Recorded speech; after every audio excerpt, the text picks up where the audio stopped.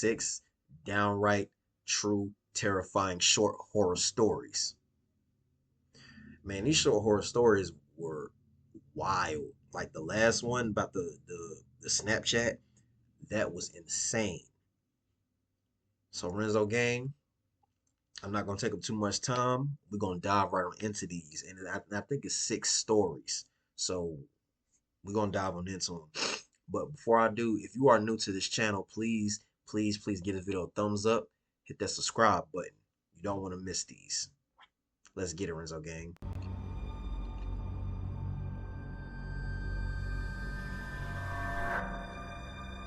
I've gone on outdoor runs ever since I can remember. It was around 6 p.m. one night in the summer. I just finished eating a light dinner and, as usual, decided to go on a run. I always run the same path, neighborhood sidewalks for about a half mile, then pass a gate into the forest where I run another 2 miles. Now, the forest I ran in has 2 separate paths, one paved and one not. The unpaved one is more scenic, so I'll usually take it on the way in. I'll then take the paved path when I turn around and start heading back. The paths into the forest are a bit hidden. I don't think many people know about them, so they're usually not that busy. It's actually kind of rare for me to see another person on my run. But of course, every once in a while, I'll meet some people walking their dog. I wouldn't be running in the woods like that. I'm sorry. Other than that, I'm pretty much alone. I ain't doing that. Well, at least I thought I was. I want to run where people can actually see me. I've been running in the forest for a while now when I heard a notification coming from my phone. It wasn't a text message, rather an airdrop notification. I could tell from the sound. I panicked. Clearly someone had to have been close to me to send this. I tried to play it off like I didn't hear it and kept running for a few seconds. I then stopped to change the music. In reality, I was pulling out my phone to look at the notification. I clicked on it, and my heart sank. It was a Snapchat picture of me mid-run with the caption, "Come back." Whoa. Clearly, it was taken just seconds ago. I was wearing the same clothes in the picture and everything. That's crazy. Where the picture was taken, it looked like the person was hiding in the bushes. I put my phone back and started running as fast as I could. I was forced to take the long way out of the forest back to my neighborhood. As I was running, I started hearing rustling and footsteps behind me, but I didn't turn back knowing it would slow me down. I finally reached the edge of the forest. I began running through backyards to lose whoever was chasing me. It worked, with the last thing I could hear being metal hitting metal, suggesting he or she had some sort of weapon. I still don't know who it was, as like I said, I never looked behind me. I don't even have the slightest clue what they looked like. I don't know what they wanted from me. I never ran in that forest again, and have since turned off my phone's airdrop completely. That's a good thing. Stop running in the forest. That was a quick story. My brother-in-law and I were on a road trip across the country. We were driving on a remote highway in New Mexico. I'm talking one rest stop or gas station about every 100 miles, every one of them being solitary with no other buildings in sight. By this point, it was already dark. We would take turns driving 4-hour shifts until about 1 or 2 a.m. Then we would stop at a rest stop to sleep. It was a bit past midnight, and with rest stops being as rare as they were, we both agreed to stop for the night at the next one we saw. Another hour passed when we finally saw one. We took the exit, and sure enough, there was your typical middle-of-nowhere rest stop. Oh no. There was one other car parked in front of the doors off to the side. We got out to go to the bathroom and walked up to the double doors, each of us grabbing a door handle. The doors were locked. I turned and looked around to see if there was a sign explaining why. I mean, the lights were on inside. It didn't look closed. I cupped my hands to the door and further surveyed the inside. That's when I saw it. There was a splash of bright red on what I assume was a closet door near the back. Oh. I suddenly realized that I was looking at a huge streak of blood. From the color alone, I could tell it wasn't dry. I froze up. My brother-in-law began banging on the door trying to get someone's attention. Get out. I stopped him and pointed out the blood on the wall. I could see the color disappear from his face as he noticed it. We both turned to leave. As we were getting back inside our car, I took a better look at the other car in the parking lot. It had no plates, it had multiple dents, and there was an empty gun rack in the back window of it. We pulled out, and as we were driving off, I saw the door to the rest stop start opening. I didn't really see anyone though. We pulled away before anyone actually came out. That was We creepy. weren't able to call the police for at least a couple hours. We had no service. When we finally did, they assured us they'd inspect the place. Days later, I called the sheriff's department in the county where we stopped that night, asking about what happened or what they found. They told me they'd search their records and call me back with what came up. As far as I know, I never received a call back. Personally, I wouldn't have did all of that. Like, look, I don't care what happened. That's not my concern. With my dog. It was around midnight, and I decided to let him That outside ain't my one concern. last time before Stop trying to bed. investigate stuff, people. I opened the front door, and he went off running out into the night. I then closed and locked it while I went to go get ready for bed. This was pretty routine. After using the bathroom, he usually liked to walk around for a few minutes before coming back inside. As I was walking back downstairs, I could hear scratching on the door. This was how my dog would let me know he was ready to be let back inside, so I headed over to open the door. I don't know why, but ever since I was young, I've always had the habit of looking through the door's peephole before opening it. It doesn't matter the situation, I can't open the door without knowing 100% who it is. I do this, and instead of seeing my dog, I see a man with his head down, staring very intently at the door handle. Oh. I froze with my eyes still glued to the peephole. I then heard the scratching again, louder this time. It was the man. I could see his hands moving up and down against the door. He was pretending to be my dog to get me to open the door. I was worried for my dog's safety. I wanted to call the police, but I didn't think they would take me seriously. I tried taking a picture of the man with my phone, knowing I could at least make a report. But my camera couldn't take pictures through the peephole. It was too small. You couldn't make out anything behind the glass. All of a sudden, the man lifts up his shirt and pulls out a knife. He begins trying to pick the door's lock. This went on for maybe a minute, when my dog finally noticed him and started barking. Now, my dog isn't that big. He's actually pretty small, but he has a deep-sounding bark. That, mixed with the fact that it was dark, and the man likely couldn't see my dog, was enough to startle him into running off. My dog retook his place at the front door, to which I quickly opened it and let him back in. It's been a while since this happened, and I've since moved to a new house. I did end up filing a police report, but they weren't able to come up with any suspects.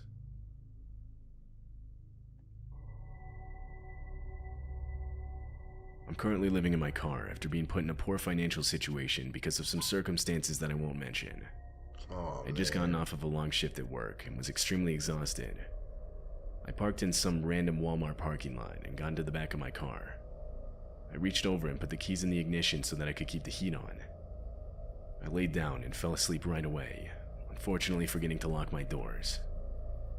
Now, I've always been a heavy sleeper. It takes a lot to get me up. I remember opening my eyes, my other senses slowly coming to me. It was still dark outside, and there was this slight humming sound. I instinctively looked out one of the windows. I could see trees quickly passing by. Someone was in the driver's seat and the car was moving. They were wearing a hood, so I couldn't see their face. I slowly reached over to the passenger side back door compartment where I kept a knife. I grabbed it and abruptly pointed it at the guy as I screamed at him. He must have seen the knife through the rearview mirror, as he didn't even look back at me before slamming on the brakes, opening the door and getting out. He ran in a straight line directly into the forest that was covering the road on both sides. I sat there trying to catch my breath. I had no idea where I was. The best description I can give is some sketchy road in a tightly compacted forest. I locked all the doors. I checked my phone. It was 3 a.m. I had no phone service, so I turned around and started driving back until I got some. I was 2 hours away from the parking lot I had fallen asleep in. I don't know who that guy was. I never saw his face. A part of me thinks he was simply trying to steal the car, not realizing I was sleeping in the back. But how could he not have seen me? I worry it was an attempted abduction.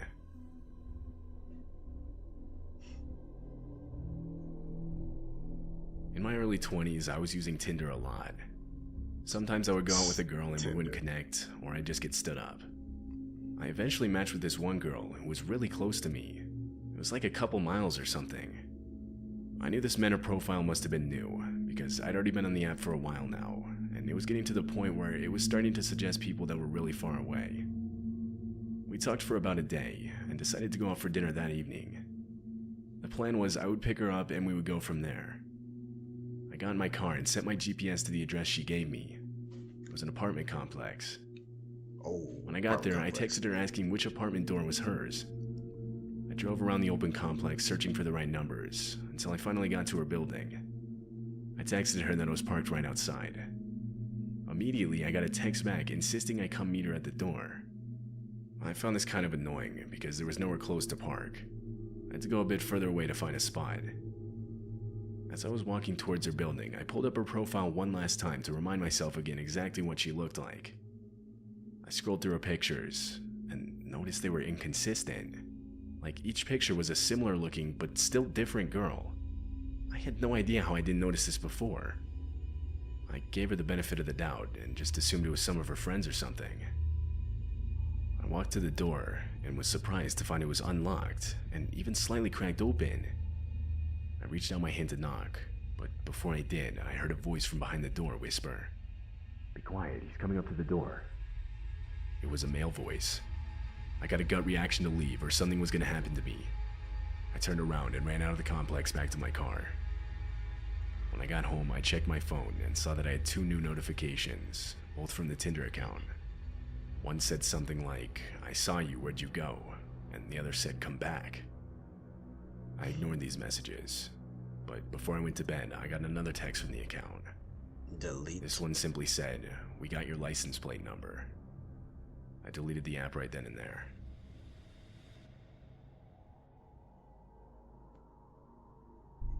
I work a night security job. It was 4 a.m. I'd just gotten off of a 10-hour shift and was exhausted. I was also pretty hungry, so I decided to order some food on my phone. I placed my order and put on a movie as I waited. Eventually, I hear the doorbell ring. I'd set the option to contactless delivery, so I waited to get the photo sent to the delivery app before I got up. A couple more minutes pass, and I see the photo of my food on the doorstep. I was about to get up and go get it, when I heard aggressive banging on the door, followed by a man's voice yelling out that my food was here. I was a bit annoyed that the driver was still here, because again, I had the option set to contactless delivery. I pulled up the app and texted in this, saying it's okay for him to leave. The banging continued. I was waiting for him to finally see the text and leave, but that never happened. I finally decided to just open my door and tell him in person. I walked up to the door and opened it. Immediately, a grimy-looking man lunged at me, but what he didn't realize is that I'd yet to unlock the screen door as well. Seeing all this, I slammed the main door and relocked it. I called the police and reported the man. When they arrived, he was gone. We opened the delivery app to try and find out who he was. When we did, I noticed I had a text back from the driver. It was a confused message explaining how he had left the moment he took the picture of the food, and how he was never banging on my door. He had no idea what I was talking about. I ended up filing a report with the police, and that was it. I don't know who that guy was then. I don't know what he was planning that would make him go so far as to fake being my delivery driver just to get me to unlock the door. I still think about how he lunged at me, and how if I had left the screen door unlocked, he easily could have gone inside. Oh yeah, you would have got. You would have got. Trust me, you would have got.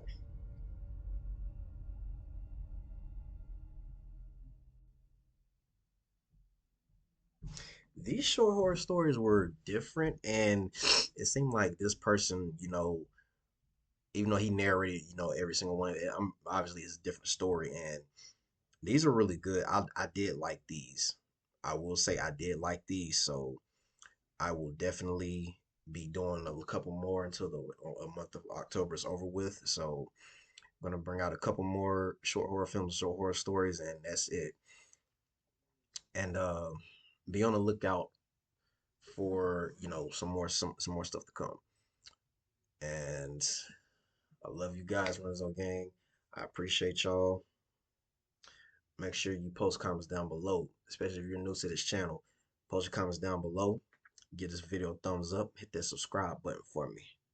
I love y'all, Renzo Gang. I will see y'all. Y'all be safe this weekend. Don't do nothing crazy. If you're going to celebrate Halloween, be safe out here and be smart out here. Goodbye, y'all. Love y'all.